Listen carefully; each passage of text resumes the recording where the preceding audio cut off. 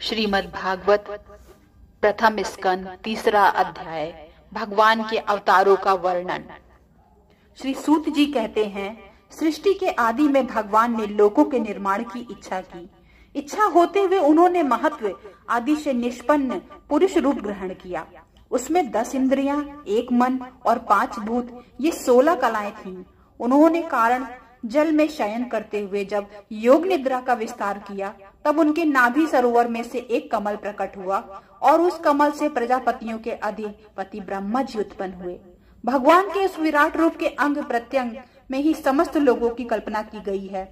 वह भगवान का विशुद्ध सत्वमय श्रेष्ठ रूप है। योगी लोग दिव्य दृष्टि से भगवान के उस रूप का दर्शन करते हैं। भगवान का वह रूप हजारों पैर, जांघें, भुजाएं और मुखों के कारण अत्यंत विलक्षण है। उसमें सहस्त्रों सिर, हजारों कान, हजारों आंखें और हजारों नासिकाएं हैं। हजारों मुकुट, वस्त्र और कुंडल आदि आभूषणों से वह उल्लसित रहता है। भगवान का यही पुरुष रूप, जिसे नारायण कहते हैं, अनेक अवतारों का अक्षय कोश है। इसी से सारे अवतार प्रकट होते हैं। इस रूप के छोटे से छोटे अंश से देवता, पशु पक्षी और मनुष्यादि आदि योनियों की सृष्टि होती है। उन्हीं प्रभु ने पहले कौमार संग्र में सनक, सनंदन, सनातन और सनत कुमार इन चारों ब्राह्मणों के रूप में अवतार ग्रहण करके अत्यंत कठिन अखंड ब्रह्मचर्य का पालन किया। दूसरी बार इस संसार के कल्याण के लिए समस्त यज्ञों के स्वामी उन भगवान ने ही रसातल में गई हुई पृथ्वी को निकाल लाने के विचार से सुखार रूप ग्रहण किया। ऋषियों को सृष्टि में उन्होंने देवऋषि नारद के रूप में तीसरा अवतार ग्रहण किया। सात्वत तंत्र का, जिसे नारद पांचरात्र कहते हैं, उपदेश किया। उसमें कर्मों के द्वारा किस प्रकार कर्म बंधन से मुक्ति मिलती है, इसका वर्णन है। धर्म पत्नी मूर्ति के गर्भ से उन्होंने नर नारायण के रूप में चौथा अवतार ग्रहण किया। इस अवतार में उन्होंने ऋषि बनकर मन और इंद्रियों का सर्वथा संयम करके बड़ी कठिन तपस्या की। 5वें अवतार में वे सिद्धों के स्वामी कपिल के रूप में प्रकट हुए और तत्वों को निर्णय करने वाले सांख्य शास्त्र का, जो समय के फेर से लुप्त हो गया है, आसुरी नामक ब्राह्मण को उपदेश दिया। अनुसुईया के वर मांगने पर 6ठे अवतार में वे अन्नी के संतान दत्तात्रेय हुए। इस अवतार में उन्होंने अलर्क और प्रहलाद आदि को ब्रह्म ज्ञान का उपदेश किया। 7वीं बार रुचि प्रजापति की आकुति नामक पत्नी से यज्ञ के रूप में उन्होंने अवतार ग्रहण किया और अपने पुत्र याम आदि देवताओं के साथ स्वयं अनुभव मनवंतर की रक्षा की। राजा नाभि की पत्नी मेरु देवी के गर्भ से ऋषभ देव के रूप में भगवान ने 8वां अवतार ग्रहण किया। इस रूप में उन्होंने परम हंसों का वह मार्ग, जो सभी आश्रमियों के लिए वंदनीय है, दिखाया।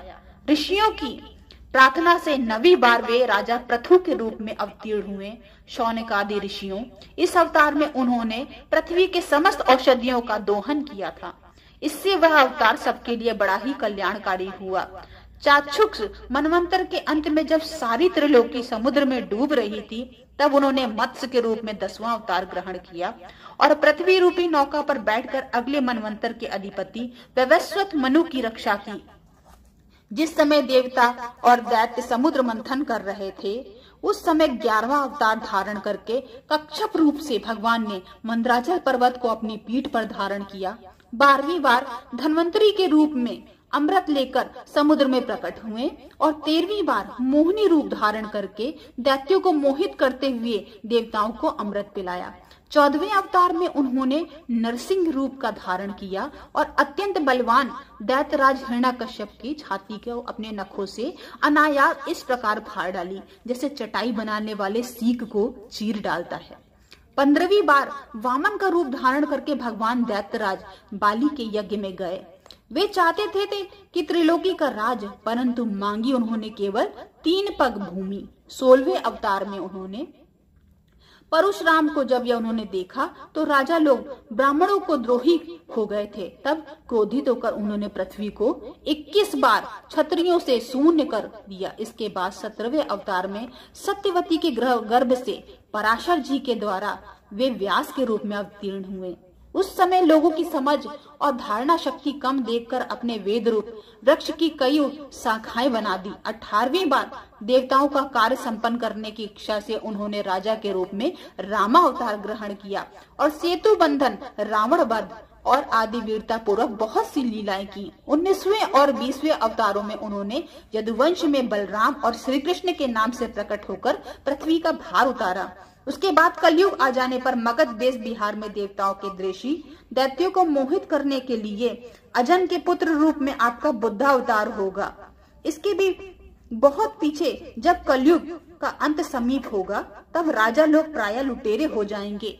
तब जगत के रक्षक भगवान विष्णु यश नामक ब्राह्मण के घर कल की रूप में अवतार होंगे। शौनकादि ऋषियों जैसे अगाध सरोवर से हजारों छोटे छोटे नाले निकलते हैं, वैसे ही सत्वनिधि भगवान श्री हरि के असंख्य अवतार हुआ करते हैं। ऋषि, मनु, देवता, प्रजापति, मनुपुत्र और जितने भी महान शक्तिशाली हैं, वे सब के सब भगवान के ही अंश हैं। ये सब अवतार तो भगवान के अंश अवतार अथवा कला अवतार हैं, परंतु भगवान श्री कृष्ण तो स्वयं भगवान अवतारी ही हैं। जब लोग दैत्यों के अत्याचार से व्याकुल हो उठते हैं, तब युग युग में अनेक रूप धारण करके भगवान उनकी रक्षा करते हैं। भगवान के दिव्य जन्मों का यह कथा अत्यंत गोपनीय, रहस्यमय है। जो मनुष्य एकाग्र चित्र से नियम पूर्वक सायाकाल और प्रातः काल प्रेम से इसका पाठ करता है, वह सब दुखों से छूट जाता है। प्राकृत स्वरूप रहित चिन्मय भगवान को जो यह स्थूल जगदाकार रूप है, यह उनकी माया के महत्वादि से गुणों से भगवान में ही कल्पित है। जैसे बादल वायु के आश्रय रहते हैं और धूसरपना धूल में होता है, परंतु अल्प बुद्धि मनुष्य बादलों का आकाश में और धूसरपने का वायु में आरोप करते हैं, वैसे ही अविवेकी पुरुष सबके साक्षी आत्मा में स्थूल दृश्य रूप जगत को आरोप करते हैं। इस स्थूल रूप से जो परे भगवान का एक सूक्ष्म अव्यक्त रूप है, जो ना तो स्थूल की तरह आकार आदि गुणों वाला है और न ही देखने सुनने में आ सकता है, वही सूक्ष्म शरीर है।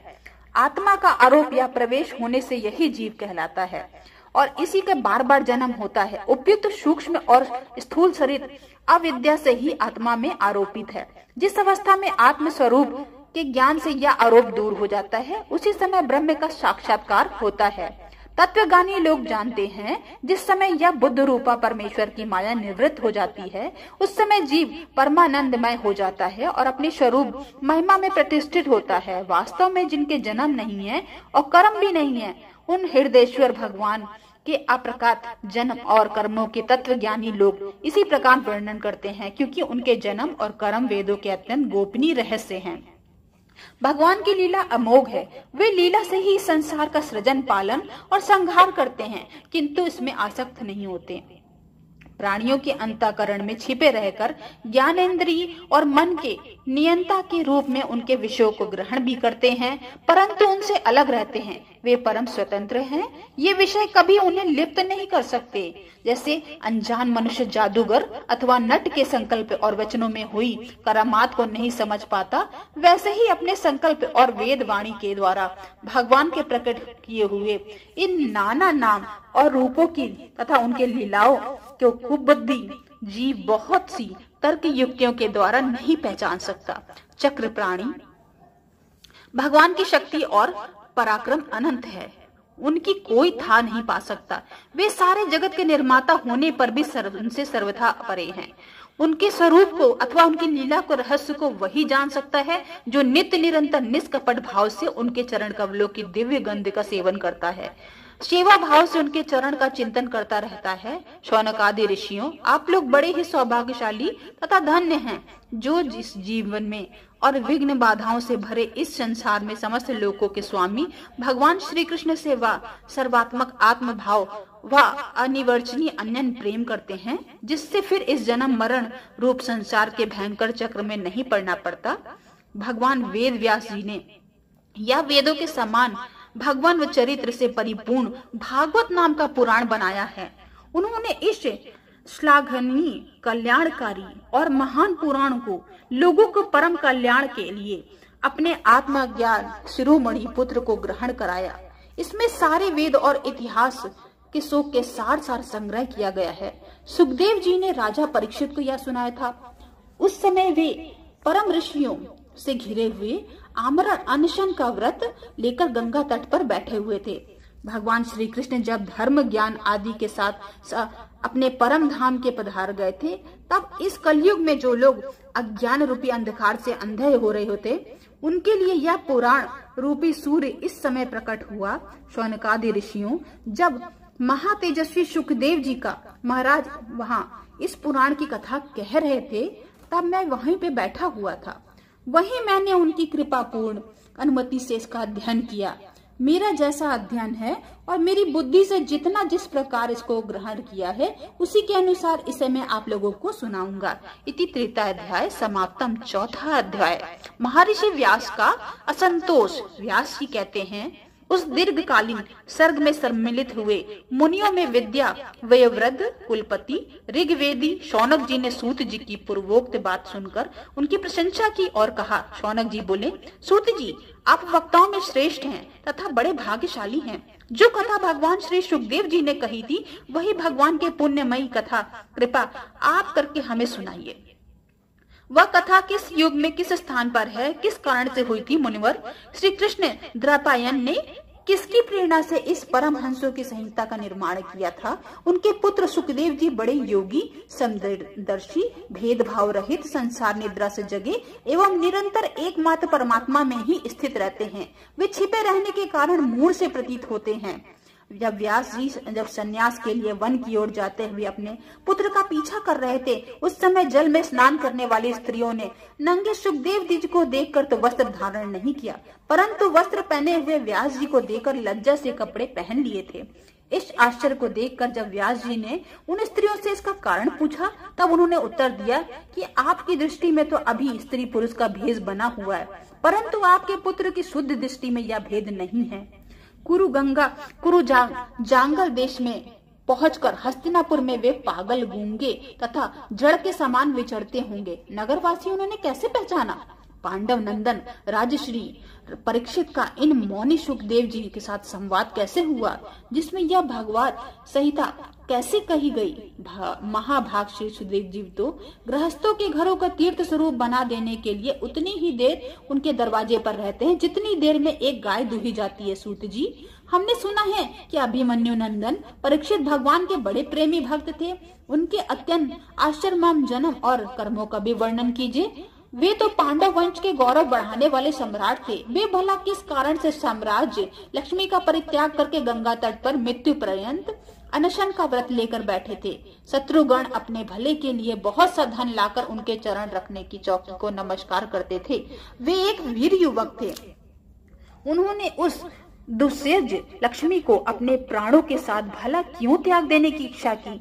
जिन लोगों का जीवन भगवान के आश्रित है, वे तो संसार के परम कल्याण, अभ्युदय और समृद्धि के लिए ही जीवन धारण करते हैं। उसमें उनका अपना कोई स्वार्थ नहीं होता। उनका शरीर तो दूसरों के हित के लिए ही था। उन्होंने विरक्त होकर उसका परित्याग क्यों किया? वेदवाणी को छोड़कर अन्य समस्त शास्त्रों के आप पारदर्शी विद्वान हैं। सूत जी, इसलिए इस समय जो कुछ हमने आपसे पूछा है वह सब कृपा करके हमें कहिए। सूत जी ने कहा, इस वर्तमान चतुर्युगी के तीसरे युग द्वापर में महर्षि पराशर के द्वारा वसु कन्या सत्यवती के गर्भ से भगवान के कला अवतार योगी राज व्यास जी का जन्म हुआ है। एक दिन वह सूर्योदय के समय सरस्वती के पवित्र जल में स्नान आदि करके एकांत पर पवित्र स्थान पर बैठे हुए थे। महर्षि भूत और भविष्य को जानते थे।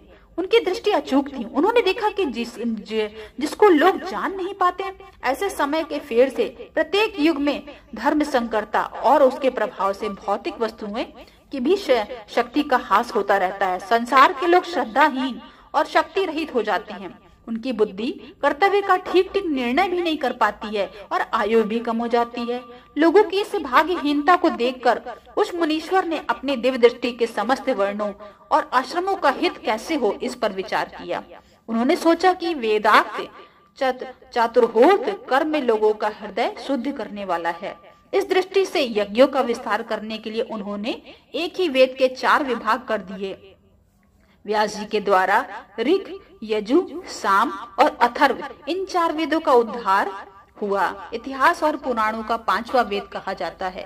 उनमें से ऋग्वेद के पैल सामगान के विद्वान जैमिनी एवं यजुर्वेद के एकमात्र स्नातक वैशम्पायन हुए। अर्थवेद में प्रवीण और हुए दरुण नंदन सुमंत मुनि। इतिहास और पुराणों के स्नातक मेरे पिता रोमहर्षण थे। इन पूर्वोक्त ऋषियों ने अपनी अपनी शाखाओं और अनेक भागों में विभक्त कर दिया। इस प्रकार शिष्य प्रशिष्य और उनके शिष्यों द्वारा वेदों की बहुत सी शाखाएं बन गई। कम समझ वाले पुरुषों पर कृपा करके भगवान वेद व्यास जी ने इसलिए ऐसा विभाग कर दिया, जिन लोगों को स्मरण शक्ति नहीं है या कम है वे भी वेदों के धारण कर सके। स्त्री, शूद्र और पतित, द्विजाति तीनों ही वेद श्रवण के अधिकारी नहीं हैं। इसलिए वे कल्याणकारी शास्त्रोक्त कर्मों के आचरण में भूल कर बैठते हैं। अब इसके द्वारा उनका भी कल्याण हो जाए, यह सोचकर महामुनि व्यास जी ने बड़ी कृपा करके महाभारत इतिहास की रचना की। शौनकादि ऋषियों, यद्यपि व्यास जी इस प्रकार अपनी पूरी शक्ति से सदा सर्वदा प्राणियों के कल्याण में ही लगे रहे, तथापि उनके हृदय को संतोष नहीं हुआ। उनका मन कुछ खिन्न सा हो गया था। सरस्वती नदी के पवित्र तट पर एकांत में बैठकर धर्म वेता व्यास जी मन ही मन विचार करते हुए इस प्रकार कहने लगे, मैंने निष्कपट भाव से ब्रह्मचर्य आदि व्रतों का पालन करते हुए वेद, गुरुजन और अग्नियों का सम्मान किया है और उनकी आज्ञा का पालन भी किया है। महाभारत की रचना के बहाने मैंने वेद का अर्थ खोल दिया है, जिससे स्त्री, शूद्र आदि भी अपने अपने धर्म का कार्य ज्ञान प्राप्त कर लेते हैं। यद्यपि मैं ब्रह्म तेज का संपन्न एवं समर्थ हूँ, तथापि मेरा हृदय कुछ अपूर्ण काम सा जान पड़ता है। अवश्य अब तक मैंने भगवान को प्राप्त करने वाले धर्मों का प्राय निरूपण नहीं किया है। वे ही धर्म परमहंसों को प्रिय है और वे ही भगवान को भी प्रिय है। हो न हो मेरी अपूर्णता का यही कारण है। श्री कृष्ण द्वैपायन व्यास इस प्रकार अपने को अपूर्ण सा मानकर जब खिन्न हो रहे थे, उस समय पूर्वोक्त आश्रम पे देव ऋषि नारद आ पहुंचे। उन्हें आया देख व्यास जी तुरंत खड़े हो गए। उन्होंने वे देवताओं के द्वारा सम्मानित वेद ऋषि नारद जी की विधिवत पूजा की। इत 4वां अध्याय समाप्तम।